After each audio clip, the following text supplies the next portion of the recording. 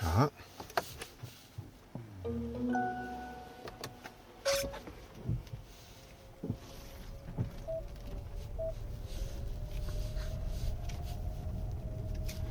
안녕하세요. 인코랩TV 김승철입니다. 제가 지금 타고 있는 차는요, 최신 세대의 산타페의 하이브리드고요. 그 차에 사륜구동의 20인치 휠 모델입니다. 캘리그래피죠. 이 차를 강원도 춘천 외곽에 있는 와인딩 로드에서 타보도록 하겠습니다. 먼저 이 차에 대한 간단한 소개를 드리면, 이 차는 180마력과 27토크를 내는 1.6 터보 엔진, 많은 현대 기아 이제 모델에서 사용되고 있죠. 그 엔진에다가 모터 자체의 출력은 이제 47.7kW, 그러니까 마력으로는 대략 65마력이 됩니다. 그리고 26.9kgm의 토크를 갖고 있는 전기 모터의 조합으로 둘을 합산한 출력은 235마력과 37.4kgm의 토크를 갖고 있습니다. 그리고 하이브리드 전용 6단 변속기를 통해서 그 다음에 H트랙 구동 계통을 통해 가지고 4바퀴를 구동을 합니다. 그렇지만 전륜 베이스의 사륜 구동 모델입니다. 이 차의 몸무게는 지금 제가 타고 있는 6인승 기준으로 2010kg이고요. 그리고 이 차의 휠 베이스는 2815mm입니다. 여기서 사용해 볼 주행 모드는, 사실 이 차는 주행 모드가 많지 않아요. 그래서 에코 모드, 항상 시동을 걸 때마다 무조건 들어가게 되어 있는 에코 모드로 주행을 하고, 얘는 이제 노멀 모드가 없습니다. 그래서 어느 정도 주행을 하다가 스포츠 모드로 주행을 해 보겠습니다. 그리고 요 에코 모드에서는 요 패드를 이용해 가지고 회생제동의 단계를 0부터 3까지 조절할 수가 있어요. 그것도 한번 제가 좀 바꿔가면서 사용해 보려고 합니다. 그리고 주행 안정화 장치를 끄겠습니다. 그리고 제가 이제 계기판을 찍고 있는데요, 그거는 이 차의 이제 주행 중에 배터리 충전 수준의 변화와 그 다음에 앞뒤 구동력 배분의 실시간 현황을 좀 보여드리려고 합니다. 제가 하필 또 이 차가 섭외된 날에 지금처럼 12월인데 오늘이, 그런데도 겨울비가 많이 내리고 있습니다. 그래서 좀 안전에 더 유의하면서 시승을 좀 진행을 하겠습니다. 자, 이제 앞에 코스 시작이 되겠는데요, 이 차는 저에게 어떤 모습을 보여줄까요? 한번 저와 함께 탐구해 보시죠. 자, 그럼 가볼까요? 자, 엑셀 밟아 보겠습니다. 일단은 이 차는 가속 페달에 킥다운 스위치는 없습니다. 그 대신에 엑셀의 밟은 깊이가 바뀌니까 기어를 아래로 선택해야겠다는 생각은 차가 하는 것 같은데, 그 다운시프트 동작은 좀 느린 편입니다. 근데 지금 토크감이 좀 풍부한 편인데요, 네, 요거는 확실히 지금 얘가 힘을 내는 게 그 엔진의 힘만을 내는 것 같지는 않고 모터와 힘을 합세해 가지고 하나로 합체해서, 네, 그렇게 되는 것 같습니다. 이 차는 이제 20인치 휠인데, 휠 타이어인데 타이어 폭은 255입니다.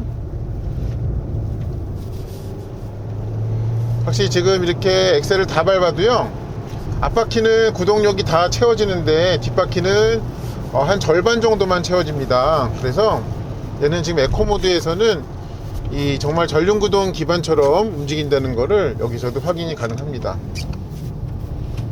사실은 지금 길이 상당히 젖어 있고 얘가 좀 좋은 움직임을 내기는 결코 유리한 조건은 아닌데, 땅에 좀 딱 붙어 가지고, 네, 주행을 해주고 있습니다. 사실 모든 차가 땅에 딱 붙어 있죠. 네. 네, 그만큼 이제 접지력을 잘 느낄 수 있다는 말씀입니다.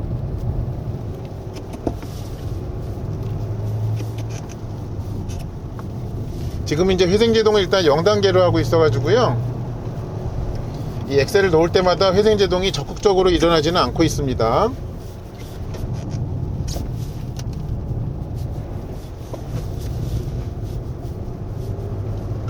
얘가 이제 출력을 높여가는 특성은, 네, 결코 과격하지는 않습니다.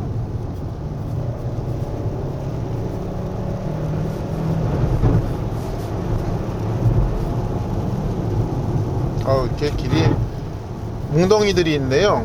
네, 저를 향해서 웅덩웅덩 거리는 것 같습니다. 네, 죄송합니다.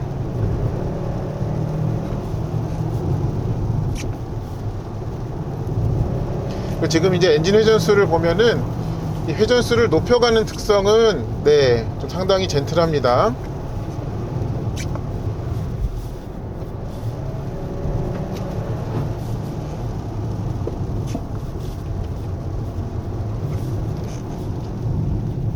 지금은 뭐 지금까지의 움직임은요, 네, 빗길을 제가 의식을 안 하고 있는 것은 아닙니다, 솔직히.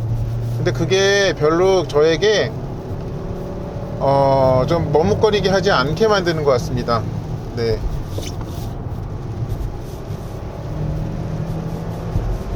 길에 수로가 파여 있다 보니까 수로가 없는 쪽을 향해 가지고 좀 주행 라인이 다소 이상해질 수 있겠습니다. 지금 엑셀을 계속 쥐어짜는 주행을 하니까요, 얘가 회생제동도 0이니까 단계가, 그러니까 전력 소모가 많네요. 지금은 배터리가 25% 정도 돼 있는데요, 제가 이쯤에서 회생제동을 한번 3단계로 올려 보겠습니다. 그러면 혹시 스포츠 주행을 할 때 배터리 충전 수준에 좀 차이가 생기는지 그거를 한번 볼게요.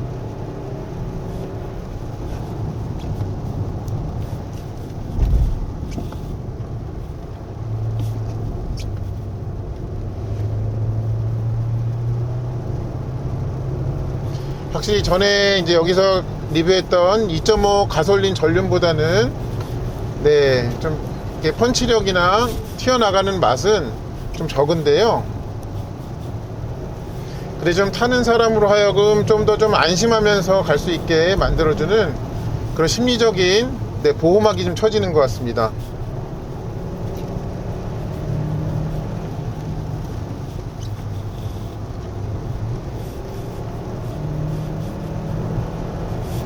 네, 확실히 지금도 구동력은 앞으로 많이 보내고 있어요. 네, 그런 부분이 있습니다.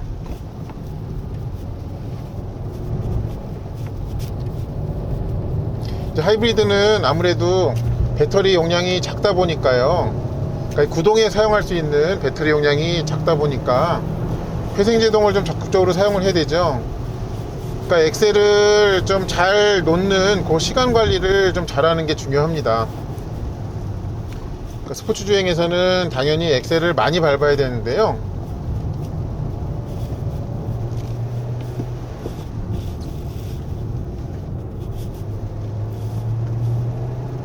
네, 지금 회생제동을 3단계로 바꿔봤지만 네, 이렇게 4분의 1에서 크게 올라가지는 않네요. 네, 아무래도 엑셀 밟는 시간이, 그러니까 끝까지 쥐어짜는 시간이 길어져서 그런 것으로 생각이 됩니다.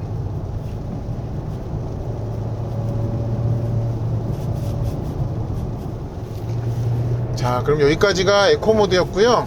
한번 그러면은 스포츠 모드를 사용을 하되 이 자동 변속을 계속 차가하도록 시켜 보겠습니다. 스포츠 모드를 이렇게 놓고요. 네, 이제 스포츠 모드로 들어가면 회생제동 단계는 조절할 수가 없어져요. 여기서는 좀 어떤지 한번 좀 보겠습니다. 일단은 자동 변속 상태입니다. 가보겠습니다. 네, 일단은 엑셀을 밟자마자 모터가 아주 짧게 힘을 뻗어주고, 그리고 이제 엔진이 거기에 맞게 반응성을 높여줍니다. 네, 그 둘이 이렇게 협업하는 게 갑자기 이제 그러니까 추월 가속을 시도할 때 좀 느껴집니다.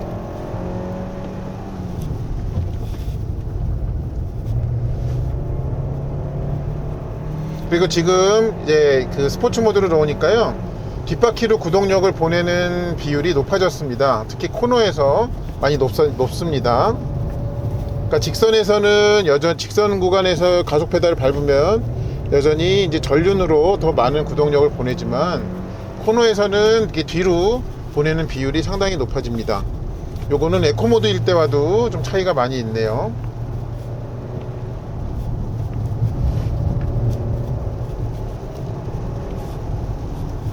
자, 여기 공사 구간 있죠? 여기 또 공사 진행하시는 관계자분들 계실 수 있어서 좀 천천히 통과하겠습니다.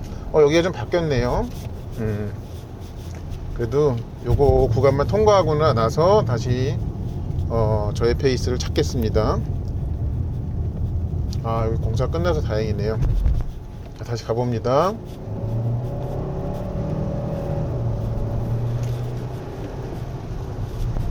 이 스포츠 모드를 사용할 때 엔진의 반응성 뿐만 아니라 이 모터의 순간 반응성도 좀 다르게 만들어졌다는 점이 흥미롭게 느껴집니다.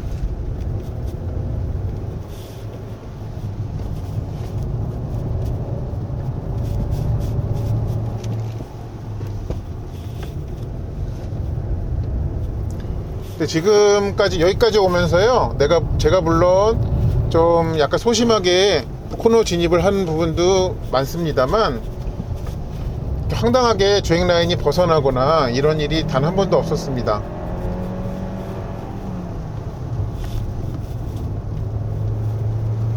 그만큼 이 차의 H트랙이 좀 효과적으로 작동을 잘 한다고 보여지고요. 지금 재밌는 거는 이유는 모르겠는데요, 오히려 아까 에코모드일 때보다 배터리의 양이 높아졌어요. 네, 여기가 좀 내리막이 많아서 코스 특성상 그런 게 아닐까 싶기는 한데요. 네, 잘 돌아요. 지금 복합 코너에서도요, 그닥 이렇게 무게에 대한 부담이 없습니다, 차가.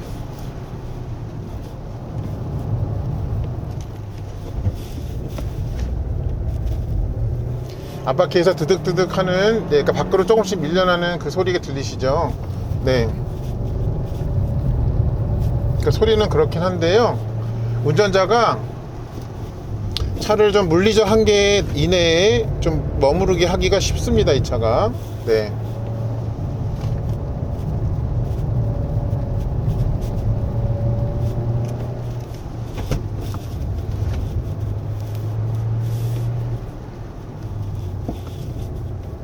지금 내리막 구간이 다 끝나다시피 했는데, 그런데도 불구하고 배터리 양이 오히려 조금씩 늘어나고 있어요. 네, 그거는 좀 이유를 알 수 없지만 좀 신기하게 느껴집니다.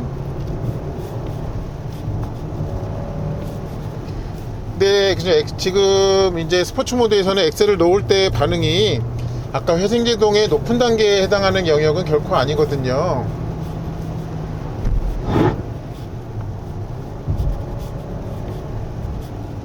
근데 이렇게 충전 수준이 잘 유지되다 보니까 이 차의 시스템 출력, 그러니까 이 엔진뿐만 아니라 모터가 함께 낼 수 있는 그 시간의 지속성이 좋아졌습니다. 이거는 기존의, 그러니까 1.6 터보의 하이브리드에서는 경험하지 못했던 일입니다. 자, 여기서 그 배터리, 그러니까 카메라 배터리 상태를 좀 한번 체크를 하고 갈게요. 네, 일단은 괜찮은데 그래도 좀 혹시나 중간에 끊어지면 안 되니까 녹화를 한번 끊겠습니다. 자, 다시 녹화 시작하겠습니다. 자, 지금까지는 그러니까 스포츠 모드 2대 자동 변속으로 했었는데요, 패드를 사용해 가지고 이 브레이크 타는 냄새가 상당히 들어왔네요. 수동 변속을 좀 제가 사용을 해 보겠습니다. 혹시 조금이라도 자동 변속대와 다른 특성이 나오는 것은 아닌지 한번 보겠습니다. 출발해 보겠습니다. 근데 수동 변속이라 하더라도요, 얘가 그 레드존에 가까워지니까 자동으로 시프트업을 합니다. 뭐 그러는 게 당연하죠. 얘는 스포츠 지향 모델이 아니니까.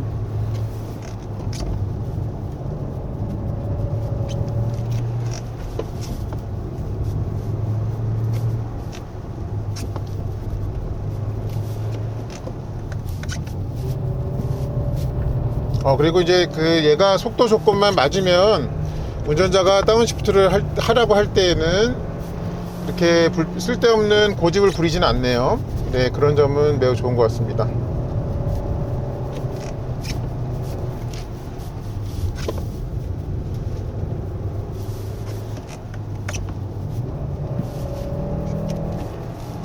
근데 다운시프트, 그러니까 스포츠 모드에서 지금 이렇게 다운시프트를 할 때 동작이 이전에 좀 하이브리드 전용 변속기들보다는 반응성이 더 뛰어나졌습니다.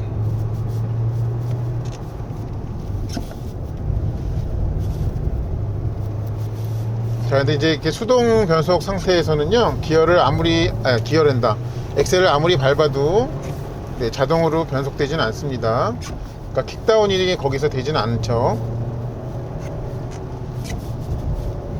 어떤 이 수동 변속 모드라는 그 원래의 목적성에 충실하다고 보면 되겠습니다.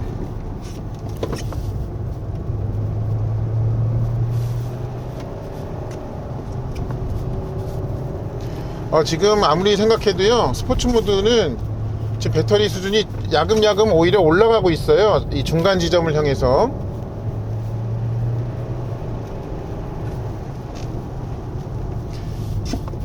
그러니까 확실히 그 최근에 경험해봤던 현대기아의 다른 하이브리드에 비해서 이 배터리의, 그러니까 전력량 그 충전과 방전 그 로직이 좀 변경이 있는 것 같습니다.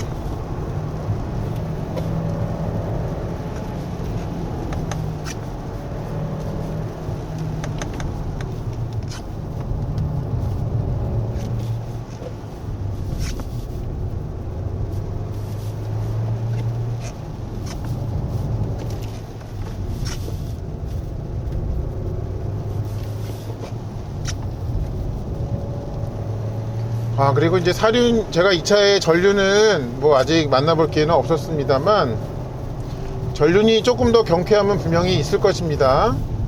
뭐 구조적으로나 여러 면에서. 그렇지만 지금 얘도 사륜이라고 해가지고 좀 민첩함이 떨어지거나 그렇지는 않습니다. 그런 부분은 개인적으로 좀 매우 환영하는 바입니다. 네.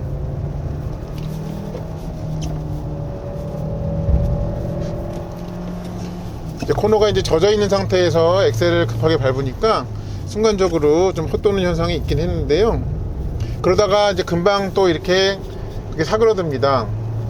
그러니까 얘가 이제 하이브리드의 어떤 특화된 모드로 이 핸들링이라고 하잖아요. 확실히 코너에서는 이 모터의 그 모터 제어의 힘을 빼는 것 같습니다.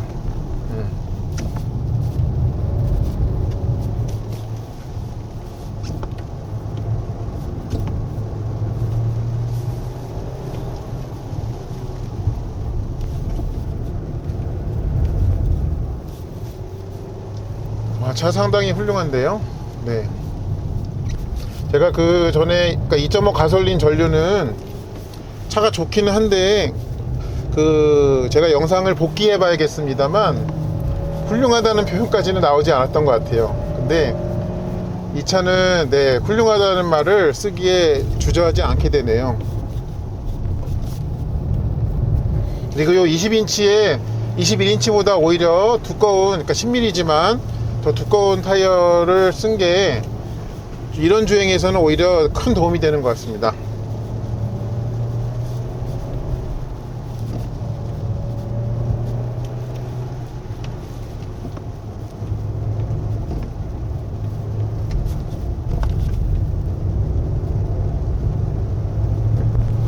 그러니까 코너에서 지금 젖어 있잖아요, 길이.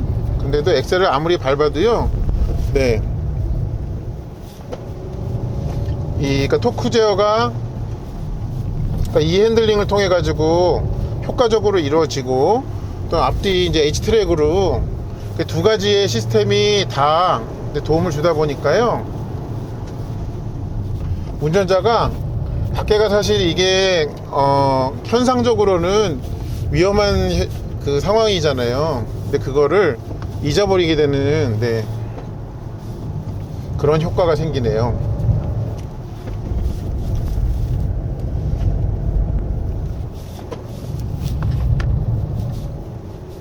확실히 지금 코너에서 엑셀을 다 밟아봐도 이때는 모터가 개입하지 않는 것 같습니다. 어쨌든 운전자 입장에서는 뭐 코너에서 왜 모터의 힘을 안 쓰냐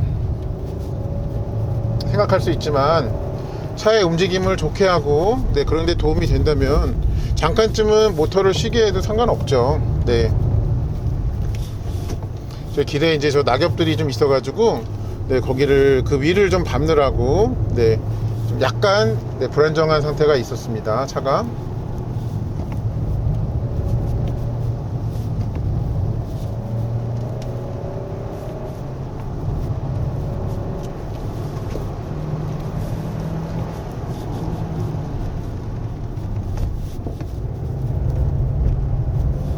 지금은 조금씩 밖으로 나가죠, 차가.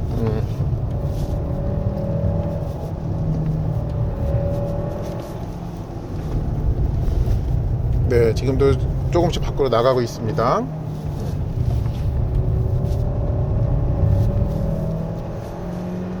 그러니까 이 대목에서 좀 확인할 수 있는 점은, 네, 시스템이 도움을 줘요. 운전자가 좀 위험해질 것 같으면.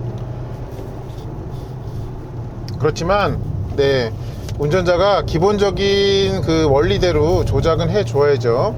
그거는 운전자의 의무라고 생각이 듭니다.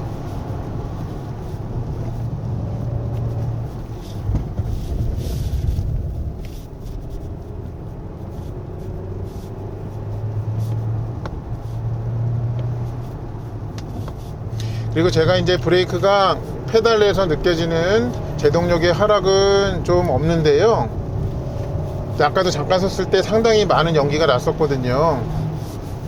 네, 그러니까 브레이크가 지금 버텨는 주고 있지만 거의 한계의 턱밑까지 온 게 아닌가, 그러니까 용량에, 네, 그런 생각은 좀 듭니다.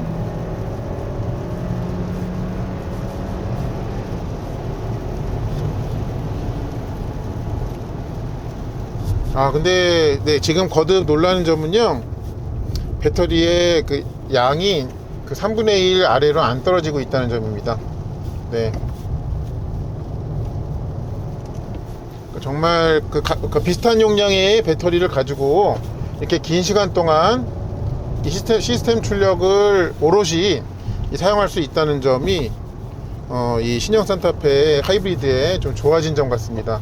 그러니까 최근에 한 1, 2년 사이에 경험했던 그 다른 1.6 터보 그 하이브리드는 이렇지 못했거든요. 그래서 금방 이제 모터 출력만큼이 빠지니까 무거운 180마력짜리 차로 그렇게 좀 바뀌었었는데, 얘는 좀 그러지가 않아요.